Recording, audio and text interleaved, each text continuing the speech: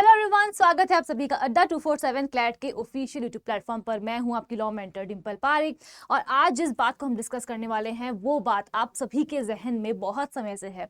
आप सभी लोग मुझसे पूछते हैं कि मैम मेरी इंग्लिश बहुत कमज़ोर है, तो क्या मैं क्लैट को क्रैक कर पाऊंगा या कर पाऊंगी? मुझे इंग्लिश समझ में नहीं आती है, तो क्या मैं क्लैट का एग्ज़ाम दे सकता हूँ? इन सभी बातों को आज के इस वीडियो में हम डिस्कस करने वाले हैं, तो मैं चाहती हूँ आप मेरे साथ एंड तक बने रहिए, ठीक है। उसके पहले मैं आपको बता दूं कि जितने भी लॉ प्रोडक्ट्स हैं वहां पर आपको मिल रहा है अभी 30% ऑफ। उसके लिए आपको क्या करना होगा, you can use my code DIM80। अगर आप मेरा कोड DIM80 यूज करते हैं तो आपको मुझसे पर्सनल मेंटोरशिप और गाइडेंस मिलने वाली है, और ये 30% ऑफ आपको इन सभी बैचेस पे और महापैक पे भी मिलने वाला है। तो जल्दी से जाइए और एनरोल करिए। तो चलिए स्टार्ट करते हैं आज के डिस्कशन को। सबसे पहले हम ये समझ लेंगे कि क्लैट का एग्जाम आखिर है क्या। तो क्लैट ऑब्वियसली बात है, कॉमन लॉ एडमिशन टेस्ट है। यहाँ पर जितने भी आपके करेक्ट आंसर्स होंगे उसके लिए आपको मिलने वाला है +1, जितने भी आपके रॉन्ग आंसर्स होंगे उसके लिए आपको मिलने वाला है -0.25। और अगर आपने क्वेश्चन को अटेम्प्ट ही नहीं किया है तो इन दैट केस आपकी कोई भी नेगेटिव मार्किंग जो है वो नहीं होने वाली है, ठीक है। सो करेक्ट आंसर के लिए +1, रॉन्ग आंसर के लिए -0.25, और अगर अटेम्प्ट नहीं किया है तो कोई भी मार्क्स वहां पर डिडक्ट नहीं होने वाले हैं। आई होप दैट इज क्लियर। इस एग्जाम में आपको 120 क्वेश्चंस मिलने वाले हैं जो आपको 120 मिनट्स में ही करने हैं, यानी कि एक सवाल 1 मिनट में आपको करना है। और इसके लिए सबसे इंपॉर्टेंट क्या है, जो आपका पूरा क्लैट का पेपर है वो पूरा का पूरा आपको 5 सेक्शंस में पूछा जाएगा, ठीक है। 5 सेक्शंस है, यानी कि 5 सब्जेक्ट्स है। Logical reasoning, legal reasoning, GK and current affairs, English और क्वांट।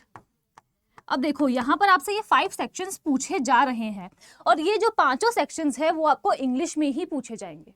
सो यहाँ पर अगर आपका ये सवाल है कि क्या आपको इंग्लिश आनी चाहिए, तो हाँ, क्लैट का एग्जाम सिर्फ और सिर्फ इंग्लिश में ही कंडक्ट होता है, और इंग्लिश आनी आपको ज़रूरी है। क्यों ज़रूरी है, इसके बहुत सारे रीजंस है।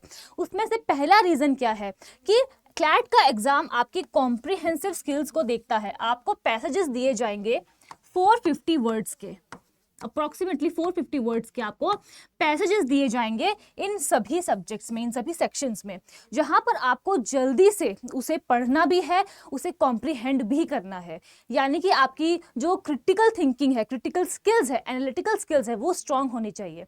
और वो कैसे होगी, किस तरीके से आप 120 सवाल अटेम्प्ट कर पाएंगे या फिर समझ पाएंगे 120 मिनट में, इसके लिए आपको पेपर को जल्दी पढ़ना होगा। रीडिंग जो आपकी स्पीड है वो फास्ट होनी चाहिए, और वो कब होगी, जब आपको इंग्लिश आती होगी। सो आई होप यहाँ तक आपको आपका जवाब मिल गया होगा कि इंग्लिश हमारे लिए क्लैट पॉइंट ऑफ व्यू से क्यों इंपॉर्टेंट है। दूसरी बात, जब भी हम पैराग्राफ्स को पढ़ेंगे किसी भी सेक्शन के, वहां पर हम लोगों को लॉजिकल कंक्लूजन्स को ड्रॉ करना होगा, ठीक है। ऐसा नहीं है कि एक बार पढ़ने में ही समझ में आ जाएगा। अगर आपकी इंग्लिश स्ट्रांग है तो आप उस पैराग्राफ को पढ़ भी पाएंगे, आप समझ भी पाएंगे कि ये पैराग्राफ क्या कहना चाह रहा है, किस तरफ इशारा कर रहा है। बट अगर आपको नहीं आती होगी इंग्लिश तो वो पढ़ने में बहुत ज़्यादा टाइम लगेगा, नंबर 1। नंबर 2, जो आपको टाइम तो लग ही रहा है यहाँ पर, लेकिन उसके साथ साथ आप समझ भी नहीं पाएंगे, कॉम्प्रिहेंड नहीं कर पाएंगे कि आखिर ये बोल क्या रहा है। प्लस बहुत सारे आपको यूनिक वर्ड्स मिलने वाले हैं उन पैसेजेस में। तो अगर आपकी इंग्लिश वीक है तो पहली बात तो आप सवाल ही नहीं समझ पाओगे, आपको सवाल जो है वही घुमा देगा कि आखिर ये क्वेश्चन पूछ क्या रहा है, आपको समझ ही नहीं आएगा अगर इंग्लिश नहीं आती होगी तो इसीलिए अब हमें क्या करना है, हमें इंग्लिश को स्ट्रॉन्ग करना है।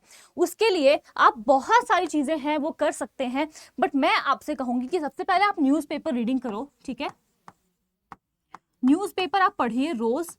उसमें से मैं सभी को सजेस्ट करती हूँ कि अगर आपकी इंग्लिश वीक है तो आपको क्या करना है, आपको at least 10 to 15 unique words, 10 to 15 unique words रोज ढूंढने हैं न्यूज़पेपर में, और फिर उसे लिखना है एक कॉपी में। एक अलग से आप नोटबुक बनाएंगे इसी के लिए, जहां पर आप पहले न्यूज़पेपर पढ़ेंगे, उसके बाद आपको लगता है कि अच्छा इस वर्ड का मीनिंग मुझे पता नहीं था और इम्पॉर्टेंट है, तो आप उन वर्ड्स को लिखेंगे अपनी कॉपी में और उसके आगे उसके मीनिंग्स लिख लेंगे, ठीक है। So I hope this till here is clear.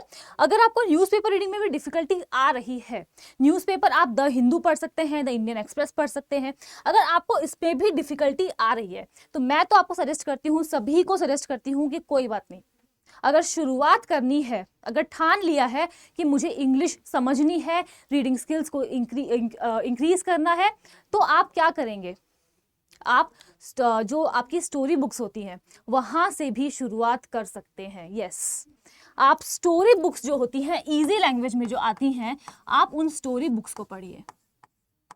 धीरे धीरे करके अपने लेवल को हम इंक्रीज करेंगे, लेकिन अगर बिल्कुल ही इंग्लिश समझ में नहीं आती है और जो आपकी रीडिंग स्पीड है वो बहुत ज़्यादा स्लो है, तो आप स्टोरी बुक से अपनी शुरुआत कर सकते हैं। धीरे धीरे करके हम क्या करेंगे, इस लेवल को इंक्रीज करते जाएंगे और फिर न्यूज़पेपर तक जाएंगे। So I hope that is clear. और इंग्लिश जो है वो हमारे लिए कॉम्प्रिहेंड करना क्यों इंपॉर्टेंट है, बिकॉज जो क्लैट का आपका एग्जाम है वो पूरा का पूरा पैसेज बेस्ड है और आपको उस पैसेज को समझने के लिए इंग्लिश का आना बहुत ज़्यादा जरूरी है। प्लस जो मैंने आपको बताया कि 120 क्वेश्चंस हैं, आपको 120 मिनट्स में करने हैं, तो वहां पर जब भी आप रीडिंग करेंगे पैराग्राफ की, तो वहां पर आपको जल्दी से आइडेंटिफाई करना होगा और एक्सट्रैक्ट करनी होगी रेलेवेंट डिटेल्स, यानी कि रेलेवेंट इंफॉर्मेशन। और वो कब होगी, जब आप जल्दी जल्दी पढ़ पाएंगे पैराग्राफ को और कॉम्प्रीहेंड कर पाएंगे, समझ पाएंगे। जब तक समझेंगे नहीं तब तक नहीं हो पाएगा। सो आई होप ये बात भी आपके लिए क्लियर हो गई होगी, ठीक है।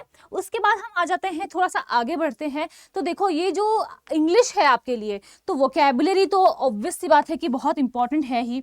अड्डा 247 की वेबसाइट पर आपको वोकैबुलरी वॉल्ट के नाम से एक किताब मिलेगी, अगर आप चाहते हैं तो जाकर उसे भी बाय कर सकते हैं, परचेज कर सकते हैं, वो आपके लिए बहुत ज़्यादा हेल्पफुल होने वाली है, ठीक है। सो यहाँ पर जो इंग्लिश एज अ लैंग्वेज है, वहाँ पर हमें ग्रामर आना बहुत ज़रूरी है ताकि हमारे साथ कोई भी एरर ना हो। अब यहाँ पर किस तरीके के एरर की बात हो रही है, फॉर एग्जाम्पल कोई क्वेश्चन पूछा गया जहां पर आपसे कहा गया which of the following is not false, which of the following is not false, which of the following is not true, या फिर ऐसा कोई भी वर्ड जहां पर आपसे पूछा जाता है कि आपको बताना है कि क्या पूछा जा रहा है।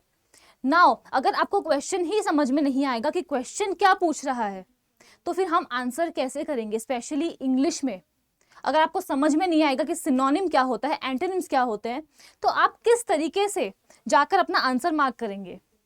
तो इसलिए हमारे लिए इंपॉर्टेंट है कि इंग्लिश हमें जरूर आनी चाहिए, ठीक है। कोई बात नहीं, अगर आपको अभी नहीं आती है तो आप क्या कर सकते हैं, क्लैट प्रो सीरीज है हमारी, आप आइए उसमें, आप समझिए चीज़ों को, पढ़ना स्टार्ट कीजिए, आप आइए बैचेस में एनरोल कीजिए, वहाँ पर आप अच्छे तरीके से समझ पाएंगे, अपने टीचर को पूछ पाएंगे, एक गाइडेंस ले पाएंगे कि मैं किस तरीके से कहाँ से शुरुआत कर सकता हूँ या कर सकती हूँ।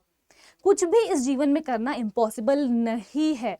मैंने बहुत से लोगों को देखा है जिन लोगों ने 11th-12th में भी, जिनके पास हिंदी थी, हिंदी मीडियम से 11th-12th किया, लेकिन उसके बाद आज वो उन्होंने इंजीनियरिंग कर ली, सॉफ्टवेयर इंजीनियर्स हैं और बड़ी बड़ी कंपनीज में काम कर रहे हैं, और आज वो एकदम एक ऐसी इंग्लिश बोलते हैं कि शायद हम लोग भी उनके सामने कतरा जाएं एक बार। सो कुछ भी करना इम्पॉसिबल नहीं है, बस आपको क्या चाहिए, आपको दृढ़ निश्चय चाहिए, आपको ठान लेना है अपने मन में कि ये चीज़ तो मैं करके ही रहूँगा या करके ही रहूँगी। बस इतना अगर आपने कर लिया तो आपके लिए मोर देन सफिशिएंट है। अब देखो थोड़ा सा हम और आगे बढ़ते हैं। देखो तो यहाँ पर क्या होता है कि मैंने आपको बताया कि 5 सेक्शंस है, ये पांचों सेक्शंस में सबसे ज़्यादा टफ जो होता है वो मुझे लगता है लीगल रीजनिंग समझने में आती है बच्चों को। और क्यों लीगल रीजनिंग समझने में दिक्कत आती है, बिकॉज वहाँ पर इंग्लिश में तो पूछ ही रहे हैं, बट साथ में लीगल टर्म्स भी होते हैं जिन्हें हमें समझना बहुत इंपॉर्टेंट है, उसके लिए हमें इंग्लिश आनी चाहिए। So I hope that is clear. तो जितने भी लीगल टर्म्स हमारे होंगे उनके साथ हमें फेमिलियर रहना है। अगर हम समझ पाएंगे इंग्लिश तभी हम उन चीज़ों को कॉम्प्रिहेंड कर पाएंगे, प्रिसाइजली जितनी भी टर्मिनोलॉजीज हैं उन्हें समझ पाएंगे, ठीक है। और तो और जितनी भी बातें हमें पैसेजेस में बताई गई है और जितनी भी वहाँ पर लीगल टर्मिनोलॉजीज का यूज़ किया गया है, उन्हें अगर हमें समझना है कि आखिर ये किस कॉन्टेक्स्ट में बात कर रहा है, बिकॉज कई बार एक वर्ड के 2 मीनिंग्स भी होते हैं। तो अगर हमें इंग्लिश आती होगी तो हम एक बार पैराग्राफ पढ़ेंगे, पैसेज पढ़ेंगे, तो हमें समझ में आ जाएगा कि यहाँ पर उस वर्ड का क्या कॉन्टेक्स्ट है, किस कॉन्टेक्स्ट में उस वर्ड को यूज़ किया गया है। बट अगर नहीं आता होगा तो वहीं पर गड़बड़ हो जाएगी और वो जो 120 क्वेश्चंस पूछे जाएंगे ना 120 मिनट्स में, वहां पर हम शायद आधा पेपर भी कंप्लीट नहीं कर पाएंगे। सो इस बात का हमें ध्यान रखना है। कोई बात नहीं, अगर अभी आपको इंग्लिश नहीं आती है तो डजंट मैटर, लेकिन अब हमें तैयारी में लग जाना है, ठीक है। सो अब हमें क्या करना है, एक स्ट्रॉन्ग फाउंडेशन बनाना है इंग्लिश लैंग्वेज के लिए। और वो स्ट्रॉन्ग फाउंडेशन कैसे बनेगा, मैंने आपसे कहा न्यूज़पेपर पढ़ना स्टार्ट करिए। अगर आपको न्यूज़पेपर पढ़ने में बोरिंग लगता है या ये थोड़ा सा टफ लगता है तो आप उसके पहले स्टोरी बुक्स से स्टार्ट कर सकते हैं। मैं तो कहती हूँ कि अगर आप अभी 11th-12th में हो तो आपकी इंग्लिश की भी किताबें होंगी, ठीक है, तो आप इंग्लिश की जो आपकी बुक है उसी को पढ़ना स्टार्ट कर दो। It is as simple as that. आपका कोर्स भी कंप्लीट हो जाएगा और आप रोज अगर पढ़ेंगे तो आपकी प्रैक्टिस भी होते रहेगी। आई थिंक इससे आसान तो कुछ हो नहीं सकता है कि कोर्स भी कंप्लीट हो रहा है और साथ में इंग्लिश भी आपको समझ में आ रही है।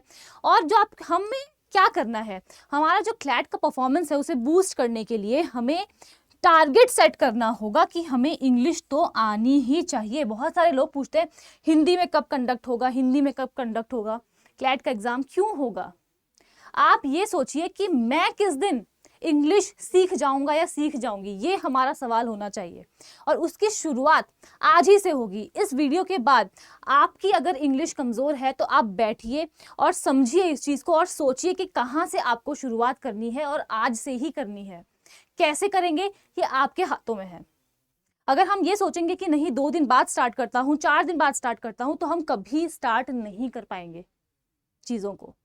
तो जब भी हमें कोई नई शुरुआत करनी होती है, कोई नई चीज़ हमें सीखनी होती है, तो उसके पहले हमें क्या करना होता है, एक प्रॉपर प्लान बनाना होता है। I hope you are getting my point here, ठीक है।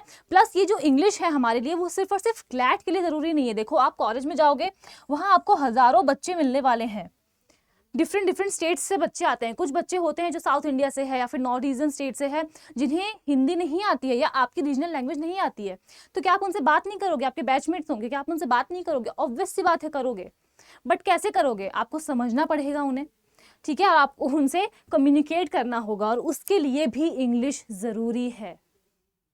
हम लोग ऐसा कहते ज़रूर हैं कि अंग्रेज़ आए इंडिया में और फिर अंग्रेज़ी छोड़ गए, बट अगर हम लोग सही मायने में सोचें तो आज के ज़माने में अगर किसी को इंग्लिश नहीं आती है तो that person is looked down upon, कि यार इसे तो कुछ नहीं आता है, चाहे वो कितना भी पढ़ा लिखा क्यों ना हो। तो वो क्या करते हैं, इंग्लिश की क्लासेस करते हैं, ठीक है। जो क्रिकेटर्स होते हैं इतने बड़े बड़े, वो लोग भी अगर वो लोग 11th-12th फेल भी हैं, कभी 10th का एग्जाम नहीं भी दिया है, तब भी उनकी इंग्लिश एकदम परफेक्ट होती है। क्यों होती है? Because it is the need of the hour. और हमें क्या करना है, इस दुनिया के साथ आगे बढ़ना है, हमें पीछे नहीं जाना है। और अगर पीछे नहीं जाना है तो इंग्लिश जो आपकी अभी कमजोरी है उसे आप अपनी स्ट्रेंथ बनाएंगे। हमें लड़ना है उससे, डर कर भागना नहीं है। सो आई होप यहाँ तक आपको कोई भी प्रॉब्लम नहीं होगी और आज ही आप जाकर चिंतन मनन करेंगे बैठकर कि आपको किस तरीके से आपकी इंग्लिश की जो जर्नी है स्ट्रांग बनाने की, उसे कहाँ से स्टार्ट करना है, कैसे स्टार्ट करना है, ठीक है। और भी अगर आपको कोई भी डाउट हो, बेझिझक ये मेरी ईमेल आईडी है dimple.parik@adda247.com। कभी भी आप मुझे मेरी ईमेल आईडी पर मेल ड्रॉप कर सकते हैं, I will definitely reply. So that was all about it from my side for today. मिलती हूँ आपसे मैं अगली वीडियो में। अगर वीडियो हेल्पफुल लगी हो, समझ में आई हो, तो लाइक शेयर सब्सक्राइब करना मत भूलना। Thank you so much.